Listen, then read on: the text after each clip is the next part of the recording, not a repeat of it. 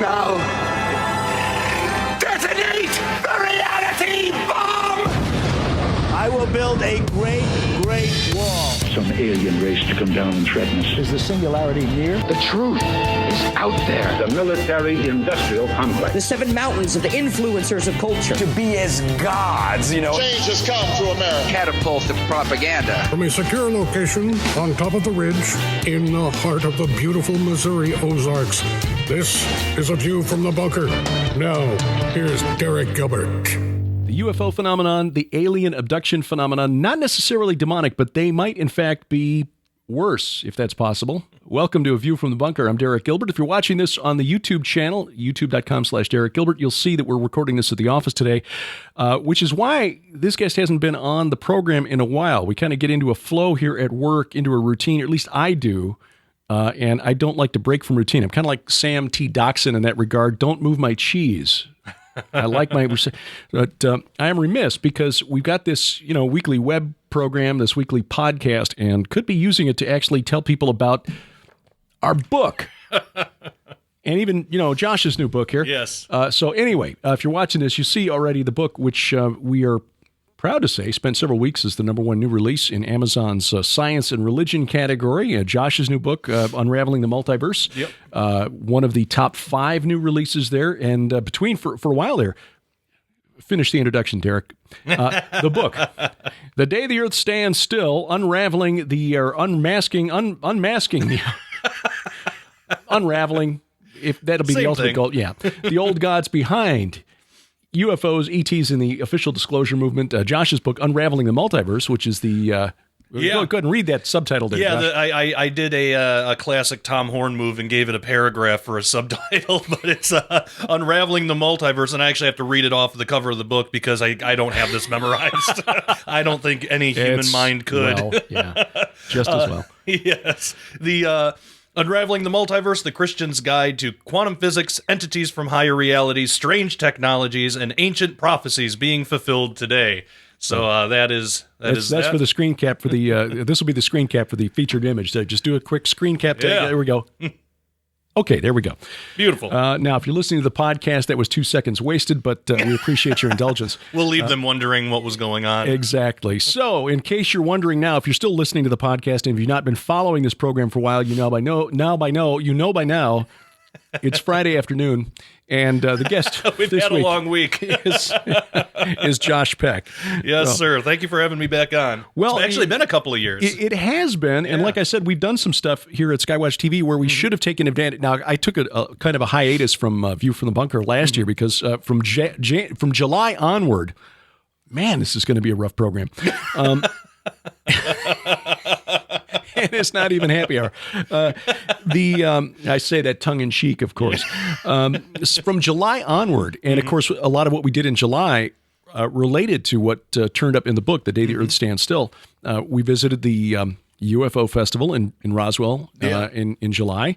And from there, then we had the conference or at least Sharon and I attended the conference in August in Boise. Then we had the conference in September. Yep. In Branson, and then the October conference in Oklahoma City. And of course, if I'd been smart, I'd have written like 2 presentations and just repeated them over and over. But no, I wrote 5 new presentations. Well, your audience will appreciate it. I do that too, though. Anytime that I have a conference, I don't repeat. Yeah. Though I did do that one time because I was filling in out of nowhere. I was filling in for somebody else, and so they asked me if I could do another presentation, and I just happened to have one on my laptop. So I did do it one time. Yeah. But yeah, every time I write a new one too. Well, it's a powerful motivator to get me to do some work, because otherwise, I tend to do as little as I can get away with. But the like Office Space, you do just enough to not get fired. Yeah, that'd be great. But no, I try to use the motivation, the fear of looking like a fool in front of lots and lots of people gets me to actually put in a lot of work. Yes. So anyway, that's why View from the Bunker kind of went away the second half of last year, because we were really busy. Slammed, so hopefully we'll be able to keep up the schedule this year. But it seemed to me that I was remiss, since the book has been out now since December 1st, and why don't you have one already? that we should have been talking about this a couple of months ago. Right. The Day the Earth Stands Still, if you were to describe this in an elevator pitch to somebody who'd not heard of it before, well, how would you describe this book? Yeah, because it's not enough to just say it's a book on aliens, and it's not even enough really to say that it's a book on aliens from a biblical perspective, because there's a few of those out there. It would depend on who I'm talking to. Probably to your audience, the main pitch I would say is this is not another Nephilim book. This is not another demons are modern Genesis 6 Nephilim or aliens. I mean, or aliens are just they're trying to get us to recreate the Nephilim. Yeah. It's not that. That stuff is important, and I'm glad that there are people writing about that. But that's been pretty well covered, I think. I mean, there's always going to be new stuff that people turn up and stuff. So I don't want to sound like I'm disparaging any of the other amazing authors that write about that. But we took a totally different approach, and actually. There is one time that the word Nephilim appears in the book, and it's to explain that this is not another Nephilim book. Right. But we wanted to look at what does the Bible actually truly say about not only the possibility of life on other planets from a theological standpoint, but also the alien abduction phenomena and the UFO phenomena, which we believe are different things. Right. And those can also be divorced from the overall question of, can life exist somewhere out there? Does the Bible allow for that? Now, that's not to say that we believe we're being visited, or I should say that doesn't mean that we believe we're being visited by ET, because we don't. We do believe we're being visited, but it's by something else, and it goes a lot deeper than to just say, well, it's just all demons. Which gets to why we say that this may actually be worse than just a demonic infestation.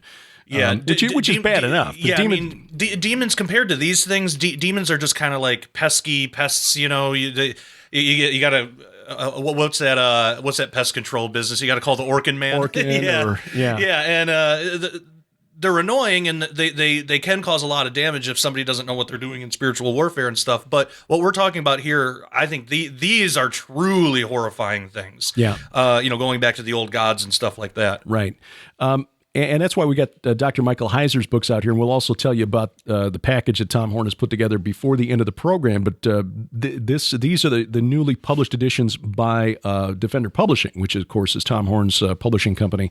I've got them out of order here. Facade was the first one, and is for you OCD folks here to make sure they're in the correct order.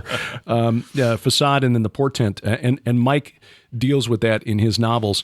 Not that we're saying that Mike would necessarily endorse everything we've got in our book here, but we respect and agree with the theology that he's included in there, but that he's the scholar. If we make mistakes, we can just say, well, we're not PhDs.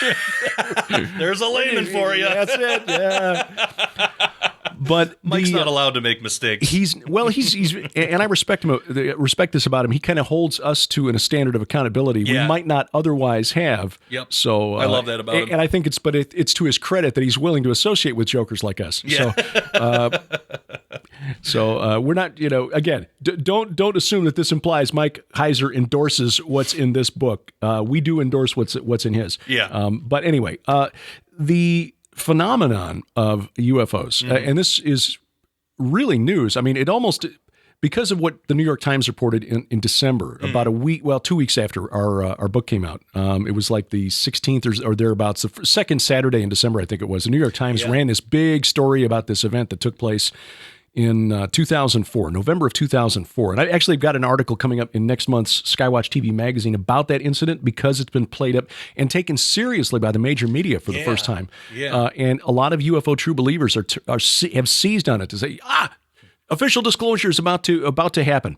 We'll talk more about that event in a minute, but official disclosure, part of the subtitle, you dealt a lot with that, of that part of the book related to the contacts with Hillary Clinton's campaign manager, John Podesta, in 2016. What is Podesta's role in the official disclosure movement, and why did it come up during the campaign? Yeah, it's weird because for the first time ever, this topic's being taken seriously. And it actually, surprisingly, was being taken really seriously, at least behind the scenes, with the DNC and with John Podesta and the contacts that he had. So in the WikiLeaks email dumps that got released, which is awesome. I mean, people have varied opinions on it, and I get with the hacking and the security issues and stuff like that. I get it, but I'm glad that we have access to these emails because it's really telling.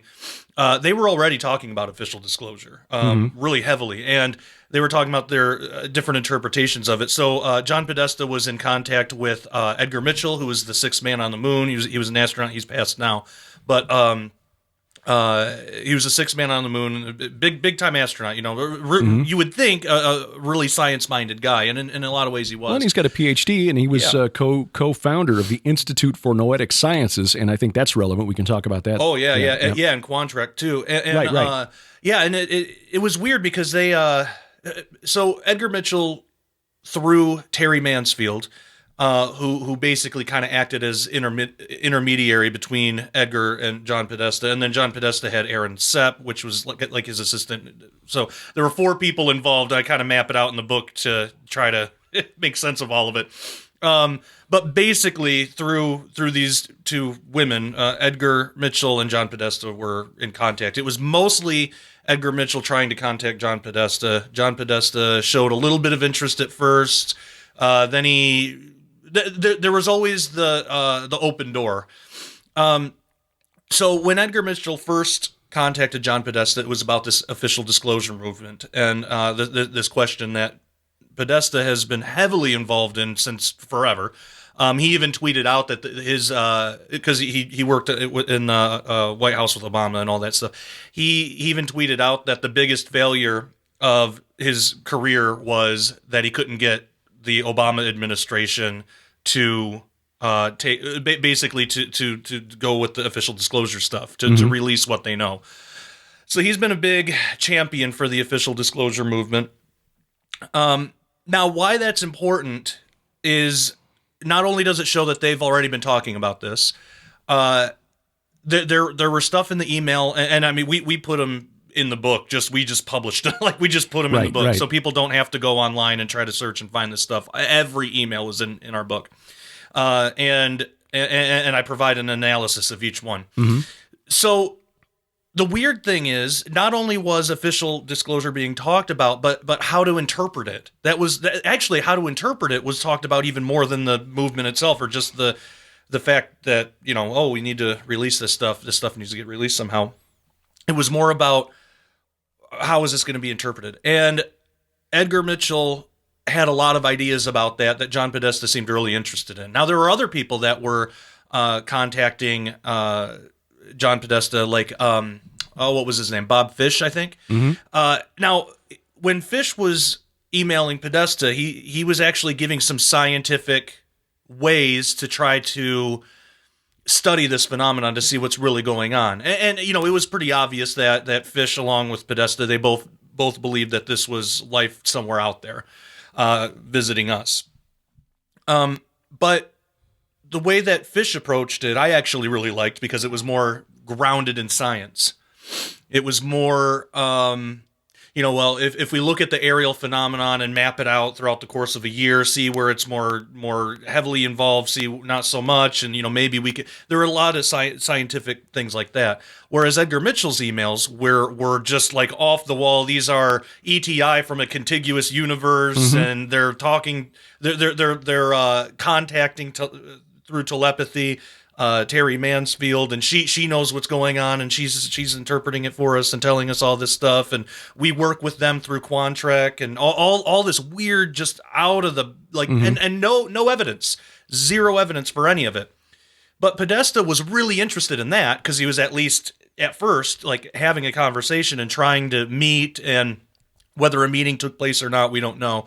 It seems like there was at least a Skype call or something. But they were talking about getting the Pope involved in it, and they wanted the President Obama, involved in it, and in this talk, in this meeting. But when Bob Fish emailed him with like actual things, like, here's how we can get some evidence to get this disclosure thing going, Podesta forwarded it to his assistant and said, basically, you handle this. I don't want. It was like a one-word email, like, just or FYI. I think he just put FYI and just sent it off. Didn't write him back. Didn't really take it seriously, because the scientific way, the scientific method isn't as interesting and appealing as all the crazy out there stuff. That's why Ancient Aliens is so popular. Right. And that's one of the reasons we wrote the book is because what you get right down to it, this fascination with ancient aliens, this fascination with the UFO phenomenon really comes from a spiritual worldview, a spiritual perspective, not from a scientific standpoint. Yep. It is an alternate religion. It is. That's why we wrote the book, because in fact, what we found in digging into some surveys of what American adults believe is that like 3 times as many American adults believe that we're being visited by extraterrestrials and actually believe the Bible as it's written. 3/4 of us call ourselves, in America, 3/4 of us call ourselves Christians, but we don't really believe everything that's in the Bible. Yeah, maybe Jesus lived a sinless life, but maybe he didn't. Maybe he lusted for Mary Magdalene. We don't really know. Did he really rise from the dead? I mean, Sharon attended a church back in Lincoln, Nebraska, a church there where she sang in this wonderful choir. 100 members of the choir was awesome. But the pastor said, well, I really don't get the whole resurrection thing about Easter Sunday. Jesus is really sort of a cosmic life coach. He didn't say it in so many words.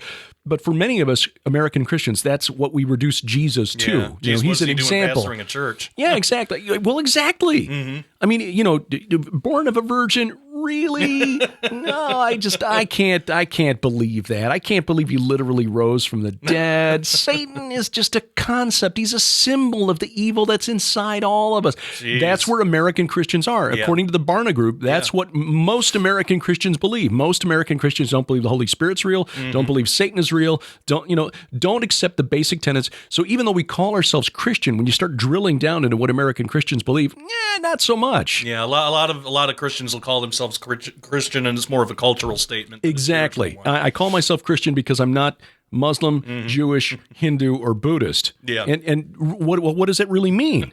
It means you sort of create your own. You create God in your own image instead of the other way around. And so that's why we wrote the book, because when you say, you realize you've got 36% of American adults saying, yeah, we believe America's being visited by ET, and that's relevant because they're looking to ET for the answers to the questions that have plagued humanity since the beginning of time. Where'd we come from? Why are we here? What happens when we die? Yep. And only 10% of American adults say, yeah, we know the answer. We've got this book here that has all those answers in it. Yeah. So anyway, that's where this book is coming from. And that's why George Mitchell, again, going back to the senator from, was it Maine? No, it's Edgar Mitchell. Why his worldview is relevant when it comes to this. Oh, yeah. And why this fascination. There was there was some strange theological language that entered into those email communiques with John Podesta. Celestials? Oh, yeah. That was really weird, too. And that even goes more to show that these people... even those higher up in the official disclosure movement, they are treating it like a religion. Yeah. Now they probably wouldn't admit to that. They probably don't even think that, but that's what it is. I mean, usually if you take a UFO believer, excuse me, and you try to tell, if you were to try to tell them, that's a religion, that's not like a real like scientific thing, they would get offended. Because they don't. A lot of them like to think that the UFO and aliens, that it somehow is connected with science. And it should be. It should be. It should be, but it's really not. Sure didn't look that way when we were down in Roswell last year. No. Yeah, and I mean, you brought up this point a bunch of times. NASA wasn't there. There wasn't any colleges or universities trying to sign up some science students or something for, the STEM research or something like that. There wasn't anything like that. But there was tarot card readings. There a lot of New Age and occultic stuff. There was no Christian booth. No, well, there were a couple we saw. Actually, there was. Well, yeah, but they were selling T-shirts and stuff. There wasn't. Was there anything that was specifically like to the gospel, selling the gospel? Well, to be honest, I don't remember. We did that one interesting interview with the fellow who has the shop that sold like fossils and rocks and stuff like that. Yeah. And it was God love him. It was there he is on Mars Hill, right on the corner on the main street in downtown Roswell. Yep. With a shop talking about, crystals and rocks and stuff. And so a lot of New Agers walk in there expecting, resonance crystals for healing or whatever. And it's being run by a Bible-believing fundamentalist Christian. Yep, and they get the gospel. Exactly. And he presents it in a really non-assuming, non-confrontational... Right. He's had that shop for a really long time. It stays in business, so he... And I mean, it's pretty much all New Agers there. I mean, there's not a whole. I mean, there are some Christians, but I don't think Guy Malone is in there every day buying up a bunch of rocks to keep this guy in business. No. There are people coming in there and they're finding what they want. They're buying their pretty rocks and stuff that he finds out in the desert or what have you, and fossils and stuff. But yes, most of the booths that we saw there was a very heavy New Age influence, and it was really kind of weird because again, you'd sort of expect MIT or NASA to be there recruiting people there to learn about space travel and engineering and astrophysics, and no, not so much. It was more when are the aliens going to come and help us evolve? When are they going to save us? When are they going to save us? Yeah, right, exactly. And you know what was so weird is when we were doing the interviews on the street, consistently, we would ask, what are you here for? And a lot of them were kind of like, I don't know, just thought we'd kind of check it out. Seemed pretty interesting, They're Roswell's something. not an easy place to get to. Exactly. It's out in the middle of nowhere. You don't stumble onto Roswell, New Mexico, and gee, we just happened to be here and saw all these, inflatable UFOs. Yeah. And so it tells me that it's like, there's something in people that crave some type of supernatural something, the mysteries of life. So where are we as Christians? Because it took nothing to get people to come to Roswell, like nothing. Like maybe aliens once 70 years ago, Yeah. It took nothing to bring all these people here, and they didn't even really know. I mean, they kind of got there maybe something crashed here, and I don't think it was a weather balloon, and we got a lot of that kind of stuff. But no, we didn't come across anybody that I would say is an expert. It's not like it brought a bunch of experts in, maybe to speak and stuff, but the actual audience, it was just general kind of interest stuff. We as the church, so we don't have an excuse why we can't bring people into church, or why can't we bring people, into our small group studies or something like that. There's an interest. Exactly. Can you imagine what church would be like if you had people with that kind of interest showing, well, I just thought I'd show up here because I'm really curious about what happens when I die. Yeah. I mean, did God really walk here on earth? Boy, that must have been really awesome. Yeah. And the church is really, has really been dropping the ball because we've stripped out anything supernatural from the Bible. Everything's about rules and legalism. Yes. And people are going to be turned off to that. I mean, that's partly why this whole alien question is so popular in our culture today, because aliens don't care what you do. They don't care what rules you follow. They don't care how long you have your hair. Or, they don't want to argue about, can you wear jeans on Friday or should a woman preach? Like, aliens don't care anything about that. Right. They just supposedly no want... moral code, no law, no nothing. And we Christian, in fact, Albert Mohler, who's the president of Southern Baptist Theological Seminary, he had an article that I posted at, linked around at Facebook, and actually, I saw that. It blew up a lot of responses because I think people were reading into what he was saying there. But the point of his article, I thought, was really good, is that we Christians have done a poor job of explaining the miracle of grace through faith in Jesus Christ. I mean, we're all condemned as sinners. The wages of sin is death. That's what we all deserve. Those are our wages for the way we live. Yep. But because of grace, which is attained only through faith in Jesus Christ, we escape that fate. Yep. And yet, we Christians have substituted moralism for grace. And in trying to live acceptable, pleasing lives in our little Christian enclaves, we have how did he put it, we've substituted moralism, being raised right. If you're a Southern person, you kind of get what that phrase means. That boy's raised right. Well, he's respectful to his elders, he follows the rules, he doesn't get in trouble, and for most of us Christians, that's good enough. In other words, living according to God's command, the standards set by Jesus Christ, which are impossible to meet. I mean, hating somebody is murder. It's not like murder. It's not a symbol for murder. It is murder. Lusting after someone, and men, let's be honest here. Who among us hasn't? That is adultery. It's not like adultery. It is adultery, which means everyone among us has been unfaithful to our spouse at some point. That's right. So those are the standards that Jesus lives according. But miracle of miracles, he said, look, if you put your faith, confess your sins to me and accept me as Lord and Savior, and it's good. I'll carry that burden for you. Yeah. But instead of that, we've got this sort of unspoken rule that as long as we avoid any public scandal, that's good enough. Yeah. And that's what the culture gets from us too, is that I've got to live according to these rules that they're laying out there. Wow, why would I want to do that? Yeah. Hey, these aliens might explain all of those questions, and without, like you were saying, Josh, I'm taking the long way around to get back to Josh's point. Without that, these restrictive rules, I can go out and I can party and I can, run around and do whatever, and it's all good because the aliens don't care. Yeah, exactly. And they don't follow. A lot of them don't follow that line of logic all the way through to where it ends. Doesn't that say something that they don't care? I mean, that's not really a good thing? I mean, if you have a negligent parent who just doesn't care what their kid does, that is a terrible, awful parent who shouldn't be having kids, So imagine, like, in their worldview that aliens did create us, but they're not helping us. Why do we even have cancer in the first place at all? Not only, someday they're going to come and heal it. Well, what's taken so long, and why do we even have it? If they built us or genetically engineered or whatever. Well, that's one of the key messages. One of the consistent messages we get from contactees is that they're here to help us, and they're here to enlighten us.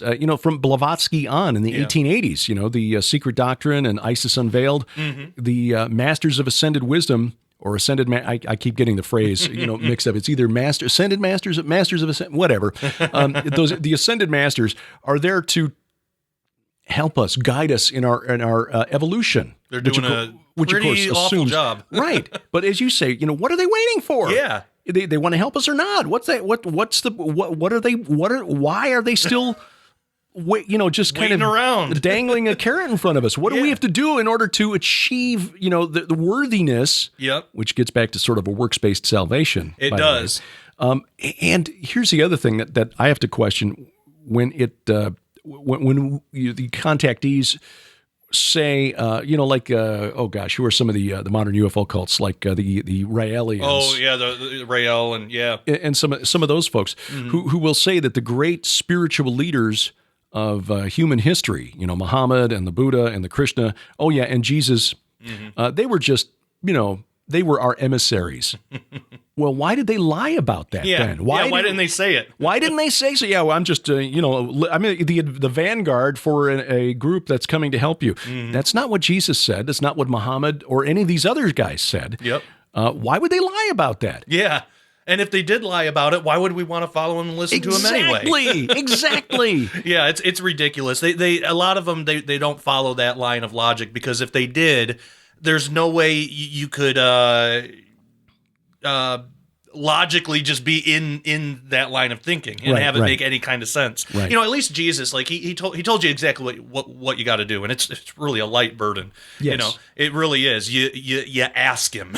Yes. That's about it. I'm a sinner. Come into my heart. Save me. Yeah. And he's like, okay. Yep. And then of course after that is repentance, and you turn you turn things around. But that's an ongoing process throughout life. Right. That now you have Jesus guiding you in. And it's like your software is being rewritten and upgraded while you're still running. You don't have to shut down and then reboot it. There's a process involved. It's not exactly, and it's a clear process that's spelled out in throughout the Bible. It makes sense. It's easy to explain. Aliens give you nothing. You don't know what they want. Exactly, because the messages are not consistent. Yeah, they're from always different. Contactee to contactee. Yep. Right. Yeah, they can't even get where they're from straight. They used to say they used to tell people that they're from the moon or the sun. Yeah, right. Venus. Yeah. And now that Mars. we can observe those places and see clearly nothing lives there, then they started saying, well, it's actually Zeta Reticuli and Arcturus and all these places that, well, now we can actually we can actually examine exoplanets and see that, so far at least, we haven't seen anything that's going to support life. So now it's contiguous universes and parallel realities. Well, there's that, and there's also been enough research done over the last half century or so, which Gary Bates pointed out in the interviews that we had with him on Skywatch TV, but also in the movie Alien Intrusion, that the energy requirements to go even to the nearest star, Barnard Star, which is 4 light years away, would be immense. But even if you got up to enough speed to make the trip within a human lifetime, then the impact, for one thing, the radiation that would be just washing across the craft would be intense, burned you to a crisp. But the impact energy of hitting grains of sand, grains of dust, or even something as small, a rock with the mass of a raisin, they said at 9/10 light speed would be like, what did he say, like 80 Hiroshima bombs? Was that it? Or something it would be an annihilation. Right. So now that's becoming more popularly known and more commonly known, that's when they're coming in with the idea that, okay, well, maybe these are extra dimensional, which is a conclusion, or at least a theory that was that seemed more plausible to secular researchers like Jacques Vallée, J. Allen Hynek, who invented the Close Encounters scale, CE 1, 2, 3, 4.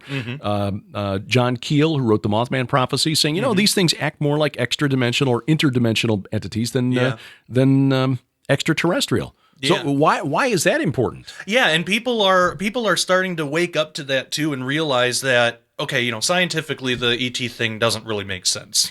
So there are plenty of people that still hold on to that, and they usually go to, well, maybe it's wormholes or some sort of. That's still an interdimensional thing. You can have, it's kind of like interplanetary and extraplanetary. Like you can, like if we go to Mars, we would be an interplanetary species. We could be considered that even here on Earth. But if we're from another planet, like to a Martian or something, we would be considered an extraplanetary. So there's you can have both. So interdimensional doesn't necessarily always have to mean extra-dimensional. So right now people are really focused on the interdimensional thing because this is how ETs who are just like us, so they say, so just like us on some other Earth-like planet, 20 billion light years away, whatever. If they're an interdimensional species, they can fold space according to the laws of physics and still get here. And there's still problems with that. Now, extra-dimensional, I think that's the one, the EDH, extra-dimensional hypothesis. That's the one that I think has the most weight to it.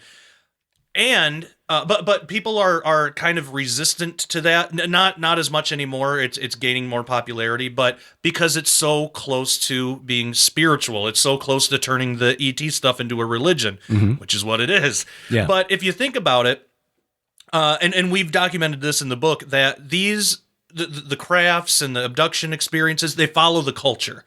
So wherever the culture goes, they kind of like adhere to that somehow. I don't know how they do it, but they do. What it tells me is that the culture, I think, is starting to get away from this materialist worldview, especially with stuff like quantum physics, and even just in the past couple of decades. And these beings, these ancient old fallen gods, or whatever people want to call them, they're conforming to that type of culture, and that's why to the culture, something like an extra-dimensional or a contiguous universal being is more plausible to people like John Podesta or Edgar Mitchell or Terry Mansfield, because it explains it explains why they have to communicate telepathically, why they can't flip a radio on, Yeah, use a webcam. Yeah, use a webcam. I mean, look, we can even do that, and we're not even, extra dimensional. Yeah, so I mean, either they're complete idiots, who would want to follow those anyway, or they're just so far advanced that because they would have to be from another dimension. They're so far outside of the realm of what we can even imagine or experience that they have to do the telepathy thing, or they got to do all this weird stuff. Yeah, okay, then it's a religion. Yeah, exactly. I mean, look, even when Jesus rose again from the dead, which was the ultimate confirmation, because this is what sealed the deal for me when I was trying to figure out what it was I believed and how I could explain to my daughter why certain things were right and other things were wrong. And it all came down to, on what am I going to base my worldview, and how do I know that information is true and correct? And so I started studying apologetics. Yeah. And when I read about the account of James, who wrote the Epistle of James, who was mentioned in John 7, verse 5, as one of the brothers of Jesus who did not believe in him during his lifetime. Then you read 1 Corinthians 15, and you see that Paul, in telling the church at Corinth why they should believe, went down this list of things and said, okay, here's what I taught you, and here's what I received as of first importance. Here's the gospel by which you are saved. That's the first 4 verses of 1 Corinthians 15. And then he says, Jesus died rose again according to the script, died for our sins according to the scriptures, rose again according to the scriptures. Then he appeared first to Peter, and then to James, and then to the 12, and then to hundreds of the brothers. Most of, some of whom have fallen asleep, or most are still alive. Yeah. Which was his way of saying to the church at Corinth, if you don't believe me, just go to Jerusalem and ask around, because there are witnesses, multiple witnesses. Hundreds of them. Hundreds of witnesses. Yeah. Why can't an alien do that? Why can't an alien do that? And that's kind of what, nailed it for me. Once James, okay, he was a disbeliever. He was a skeptic when Jesus was alive, but seeing the risen Jesus and then being able to go talk to hundreds of other guys, did you see that thing? No, we saw him too. Okay, well, I guess he is God. And then 30 years later, James was martyred because he refused to recant his belief that his brother, his half-brother, Yeshua, was Hamashiach. Yeah. Okay. They knew it to the point of their own deaths. Right. That, for me, that was like a light switch being flipped. And the fact that it was confirmed by multiple witnesses that 20 years later, Paul was still appealing to. Look, don't believe me? Go ask these guys. They'll confirm what I said, because they are the ones I went and checked with in the book of Galatians, by the way. He mentions that to the church at Galatia. He went and spent 15 days with Peter and James to confirm what he'd been taught by the brothers in Damascus. Yep. He investigated. He didn't take it just strictly on faith. He's like, okay, I'm going to make sure. And he went back to Jerusalem and he said, yeah, that's what we heard directly. So your vision was authentic, because it's... He thought critically about it and went out and got evidence. Exactly. Yeah, and God likes that. I think that God expects us to do that. Yes, Come let us reason together. We got to reason. Right. It's not speculate.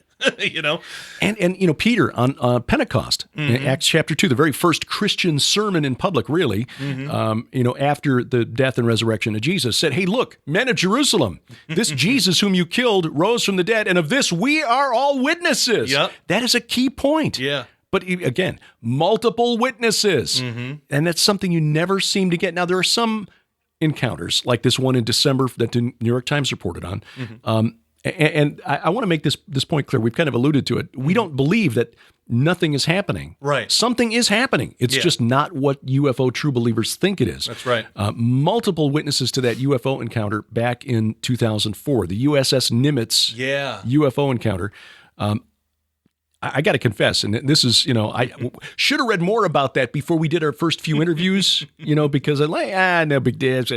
Really, there were a lot of witnesses to that thing. Yeah. There were the two F-18 crews from the Navy who were sent out there by the USS Princeton, which is a guided missile cruiser, who reported that they had seen a weird radar contact. These things are coming down from 80,000 feet, hovering at 20,000, and then either dropping below radar or shooting straight back up again.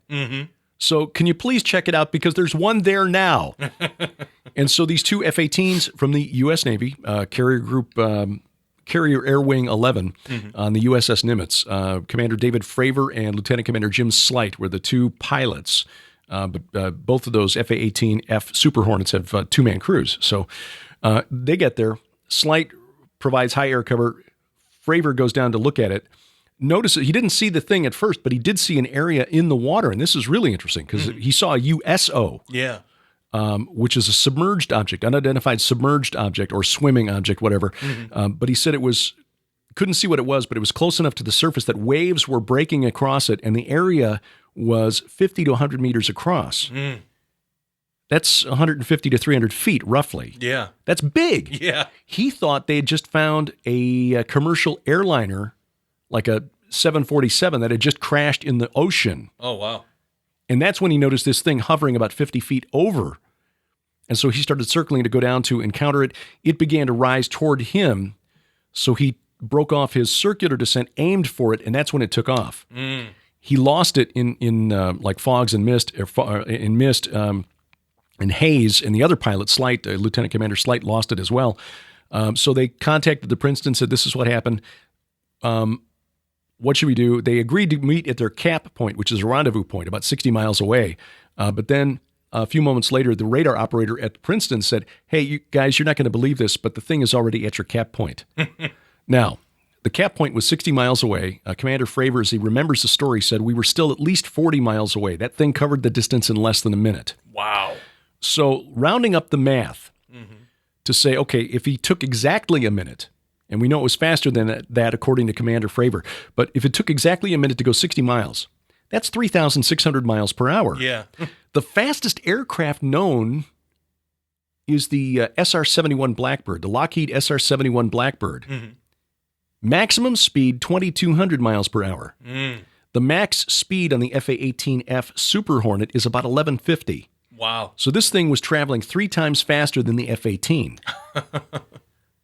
Now, they returned back to the Nimitz. Another training flight was getting ready to take off 4 F-18s.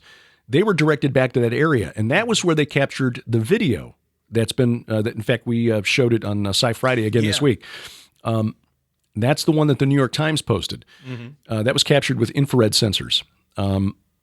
There were 4 F-18s who spotted it, and meanwhile, a Marine Corps F-18 with a Lieutenant Colonel Cheeks at the stick. He and his colleague had seen it as well, about the same time as Fravor and Slight. Yeah. The 4 F-18s found it, tracked it, recorded it on this infrared radar. Couldn't identify what the heck it was. An E-2 Poseidon, which is one of those big, planes with a screw top on it. One of those radar early aerial warning planes. That was controlling them by radar. It basically detected it on radar as well. The bottom line is something there was going on, because you had a bunch of guys who saw it or detected it on radar. So this is not a hoax. Right. The interesting thing is that the infrared radar, if this thing had been propelled by a combustion engine of some sort, would have been spewing hot gases out of it that would have lit up the radar, the infrared sensor. At that speed, yeah. Yeah, exactly. Nothing. Yep. Nothing. So whatever was moving it, it wasn't generating any heat. So we don't know what the heck that thing was, but it's probably not a hoax. Yeah, it's really weird. And when you think about it, it's like, some people might say, well, there's your evidence. You get a bunch of witnesses. Right. Okay, well, this thing, whatever it was, had the attention of a lot of people and had the opportunity to say something and didn't. When Jesus appeared to the hundreds, he said stuff. And here's the other thing. Just because the F-18 pilots, the E-2 pilot, the USS Princeton radar operator, fire control operator, and there was the USS Los Angeles, which is a fast attack nuclear submarine. It was in the area, part of the Nimitz group. Never detected that USO, whatever it was just under the water. Weird. Yeah. I think that thing whatever it was wanted to be seen. Well, that's possible. It's possible. But the point is, just because they couldn't identify what it was doesn't automatically mean that it came from outside our solar system. Right. Exactly. I mean, there are a lot of planes that were identified as extraterrestrial until the government said, oh, yeah, that's the stealth fighter. That's us. Yeah, that's us. Yeah, and that brings up an interesting point, too, is a lot of this could be secret technology. Right. That's perfectly within the laws of physics, but it's just advanced and we don't know about it. Right. Very well, that could be a lot of it. Some of it might be some type of beings, that are still earthbound, but... And that's why we talk about the extra dimensional stuff and the old gods and stuff like that. Because when we talk about old gods, we're not talking about things from another planet. They're here. Right. And that's the key point, is something is going on. And we as Christians fully admit that we are being visited by non-human entities. Yes. Non-human entities have been visiting Earth for thousands of years. We're trying to meet you halfway, true believers. Exactly. Give us... But when they start talking about extra dimensional point of origin... Well, as Christians, we should say, well, now you're talking our language. Yeah. Like Paul on Mars Hill saying, look at these gods. I see you're very religious. Let me talk to you about this one here, the unknown God. That's what we're doing with this book. Yep. Yeah. Extra dimensional. We get that. Yeah. Let's talk to you about that. Yep. Because we have the answers that you're looking for in these unidentified craft and these abduction experiences. A lot of what goes on out there is... connected to the intelligence agencies. I mean, the reason the intelligence agencies have had their fingers in the UFO phenomenon since 1947, and probably before that, is not because the government's trying to hide the existence of, not necessarily because the government's trying to hide the existence of ETs. It's because, 1940, let's use the Roswell example. It provides them a convenient cover when they need one for something. Exactly. There's really good evidence to suggest that the crash outside Roswell was not extraterrestrial. It was terrestrial, but it was a project that we didn't want the Russians especially, maybe the Chinese, but the Russians for sure to know about. Yeah. And possibly the American public, if in fact, and there's good evidence for this, too, that Nazi scientists smuggled into the U.S. under Operation Paperclip were involved. The American public, less than 2 years after thousands and thousands of American servicemen and women had been killed fighting Hitler, to say, oh, yeah, we brought a bunch of his guys over here now, and they're working for us. Yeah. That wouldn't have gone over really well. No. I mean, I was taunted in the 60s and as a kid. I'm only half German. My mother's side of the family, they emigrated in 1894. But, Germans, I was still being called a little Nazi in the late 60s. Yep. As a kid, like 7, 8, 9 years old. Oh, here's a Nazi. What? What's a Nazi? As, my friend up the street, his dad had been a top turret gunner in a B-17 in World War II, which at the time, I thought, wow, that must have been so cool. Yeah, not realizing that as a young man, that my friend's father must have been, just terrified because most of those crews didn't make it, but 5, 6 missions before they got shot down. So anyway, you don't really have a frame of reference when you're 10 years old about life. Yeah. But anyway, point being, it was in the government's interest to direct attention away from any explanation that pointed toward a terrestrial origin for whatever it was that crashed outside Roswell, especially if German scientists were involved. Yep. Especially if human subjects were involved, which is also a possibility. Yeah. The Progeria stuff. Exactly. Yeah. So anyway, we don't deal with that heavily in the book, but we do point out that from the very earliest days of the phenomenon, that you had guys who later showed up connected to the JFK assassination. Yeah. Or the investigations into the JFK assassination anyway. That's let's just use some critical thinking here. Yeah. Let's not adopt the History Channel method of logic. Well, we don't know how they did it, so aliens. Must be secret technology from aliens. Exactly. Yeah. And sadly, in the Christian community, there's a little bit of that too. We don't know, so therefore Nephilim. Yep. Yeah. And that's why I bring up that this is not that. Right. This is not a Nephilim book. Yeah, and I say that, and of course my next book is going to deal with sacrifices to the dead to honor, the Nephilim, really, because that went on in some of the pagan cultures around there, whether they knew that that's what they were doing or not. But we can't get there without evidence. We can't jump there. Chris White's Ancient Aliens Debunked is a great resource. If people haven't watched that film, they should. It's 3 hours long, but Dr. Michael Heiser played an important role in it, and it really just totally dismantles the whole Ancient Aliens hypothesis, which we don't have time to dig into deeply here, but it will just say that in the book we show exactly where it comes from, and it is drawn straight from the occult. Yep. It's basically rehashed theosophy and the teachings of Aleister Crowley, filtered through the horror fiction of H.P. Lovecraft. I mean, basically, Lovecraft took their stuff for his fiction, and that was repackaged by Eric von Daniken. Yep. Yeah, there's a direct line of correlation. It's unbelievable. And yet, von Daniken's got the best-selling book of archaeology ever, and it spawned a new religion. Yeah. So that's why we wrote the book. That's right. So, just for people not familiar with your previous books, Quantum Creation and Cherubim Chariots, talk a little bit about Unraveling the Multiverse. Yeah, so that's basically what Unraveling the Multiverse is. I'll hold that up again. I wanted to put out an updated and expanded edition of both my previous books, because when I wrote Quantum Creation and Cherubim Chariots, this was pre-Defender, for me. So it was all self-published, and there were some issues with it, and there was a lot that I wanted to improve on. And it's not to say that there's really anything wrong with, the information is still correct, but just little things like with pictures and formatting and stuff. But there was a lot more that I wanted to add, but it wasn't really cohesive enough for its own book. Gotcha. It could have been, but it would have been scattered and all over the place, because a lot of the new information was additional information from what I already wrote about, if that makes sense. So yeah. So I decided to put those two books together, add a whole bunch of new information. So people who get Unraveling the Multiverse, they're not just getting, if people already have my other two books, they're not just getting that in one book. It is that, but with a ton of new information that they're not going to be able to find anywhere else. So that's basically what it's quantum physics from a Christian perspective. It's quantum physics in a way that people can actually understand, believe it or not. That is possible. It's just we have physicists today that want to talk like they're smarter than everybody. And, you know, they probably are, but, you know, if you're going to be that smart, you should learn how to talk to people. And But it's also Cherubim Chariots, which does deal with the extra dimensional hypothesis, how that fits in with quantum physics and understandings of other dimensions, what these entities are.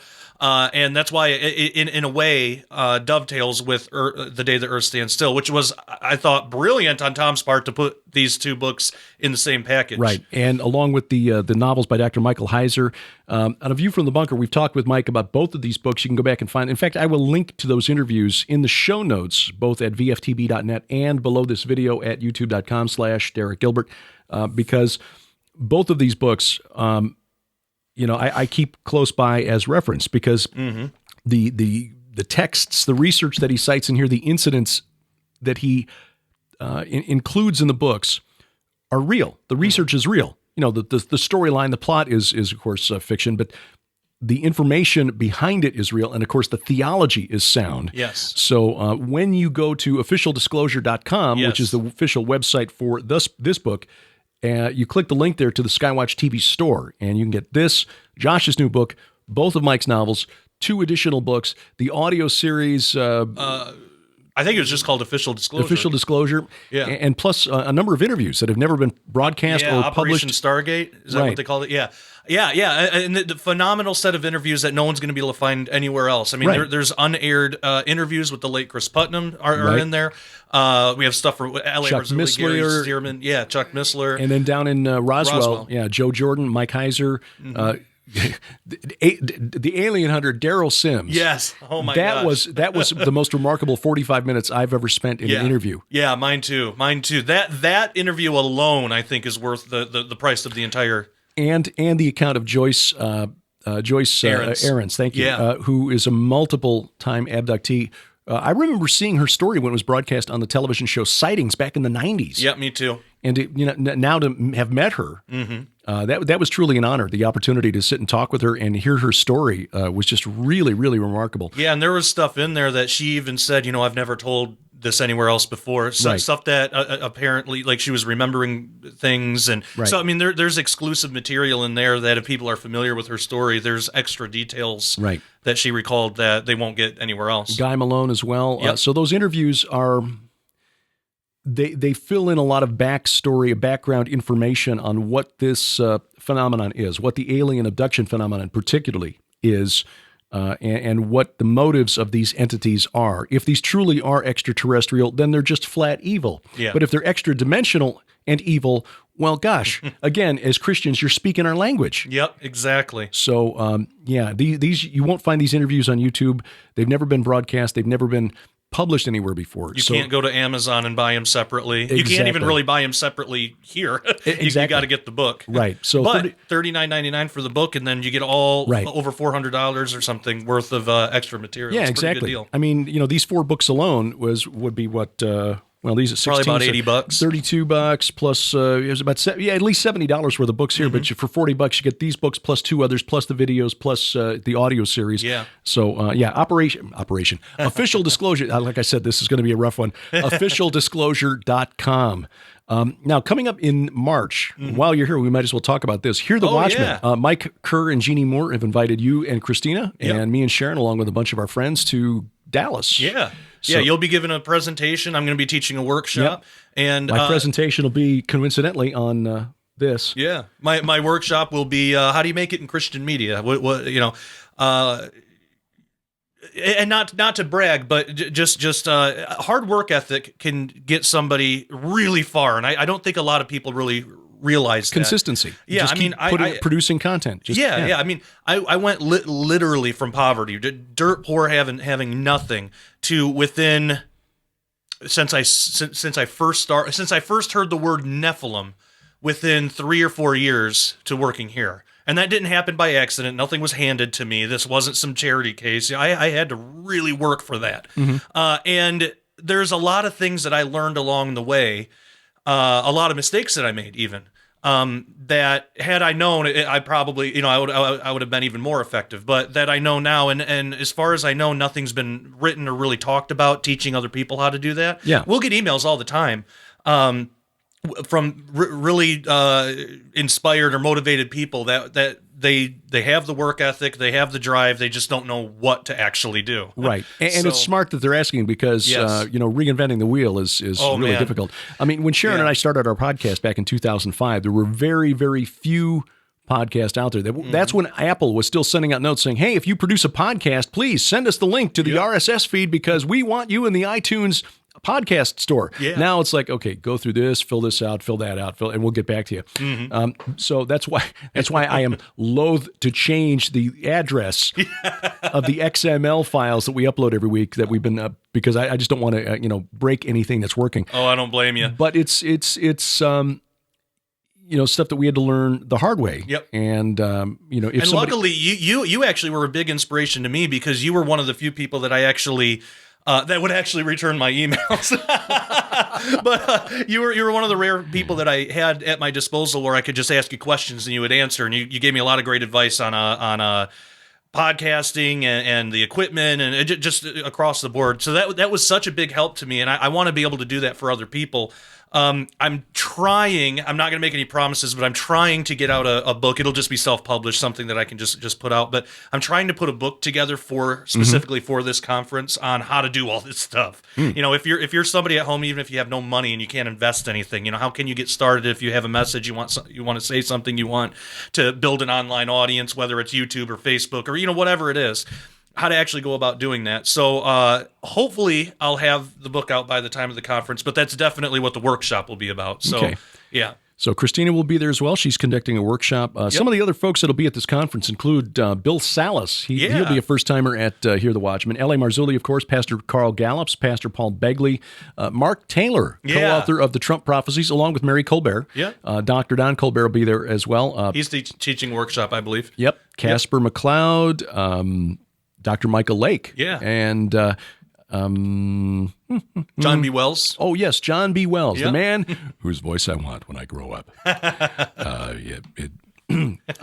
You're almost there. You're almost there. Just another octave to go. Yeah. And, you only got like 6 more octaves and you'll be there. I just don't think that's going to happen. So, and a new friend of ours, Rabbi Zev Parat, will be there as well. Again, it's March 22nd through the 25th at the DFW Lakes Hilton DFW Lakes. I'll get that right. Hilton DFW Lakes Conference Center in Grapevine, Texas. And you can save 20%, save $20 off the registration if you can be there in person by using either promo code Gilbert20 or Peck20. Yes, but go ahead and use Gilbert20 since this is his show. I'll promote mine on my own show. But if you have a hard time spelling his name because it's very long and it's very many syllables, just Peck20 is really easy to remember. The 20% discount is off the $49 streaming fee. Yes. They will be live. Well, it's not live streaming per se. What they do is they'll record it, and then very quickly, like within an hour of the end of a presentation, it'll be uploaded to Vimeo, and then you can watch it that way. They eliminate the possibility of an interruption in the live stream. Which is good, because that happens quite often. It can. When you're in a hotel and you got many people hitting on the Wi-Fi or the... So anyway, but it's not technically live, but it's almost live. But because it's not live, you have a better chance of not having the feed interrupted. So anyway, you'll find all that information at hearthewatchman.com. That's hearthewatchman.com, and use the promo codes either Gilbert20 or Peck20 to save, whether you're going in person or just taking advantage of the video presentation. Yeah, come and see us. We're excited to meet all of you. Absolutely. And again, officialdisclosure.com for the book. And we will close now. Josh, we got to do this more often because it's actually easy. You just come across the wall here. Give us a review on iTunes, Stitcher, or wherever else you find us. Of course, this podcast is available wherever fine podcasts are sold. And give us a like on Facebook, facebook.com/View from the Bunker, which is a production of Gilbert House and released under a Creative Commons Attribution, Non-Commercial, No Derivatives 4.0 International License. The opening theme is by Kevin MacLeod. His website is incompetech.com. Our announcer with the opening is DC Good. Remember, we wrestle not against flesh and blood. I'm Derek Gilbert, and this is A View from the Bunker.